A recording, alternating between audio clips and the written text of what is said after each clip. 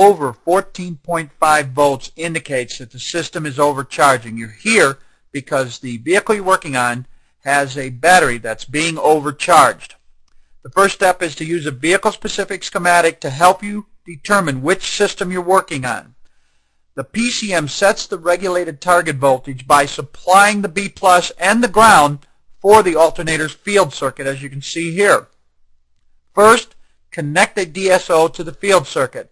We have a 2-channel scope here.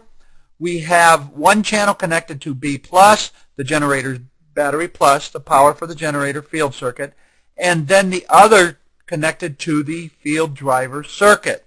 Now, because of the way Chrysler connects their field circuit to the alternator, all we did was back up in the wiring harness a little bit and pull the 2 wires out to make the connection. Now, this is the pattern you'll get. On the field driver circuit, you're going to see a duty cycle here.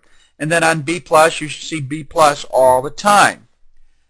When we look at that pattern, that duty cycle, the field is turned on when that signal is low and turned off when that signal is high. Now, in this example we're showing you, the signal is about a 25% duty cycle. The field circuit is on about 25% of the time, or a very light load on the charging system. Now, if you have this problem, remember you're working on an overcharging problem, this indicates that the PCM is the cause of the overcharging. It's not trying to reduce it. So go to PCM testing. Here, the field is turned off all the time. The signal is a 0 duty cycle because you can see it's high all the time. This indicates that the PCM is commanding a lower voltage and isn't the cause of the overcharging. Here, in this condition, in this example, you would replace or repair the alternator.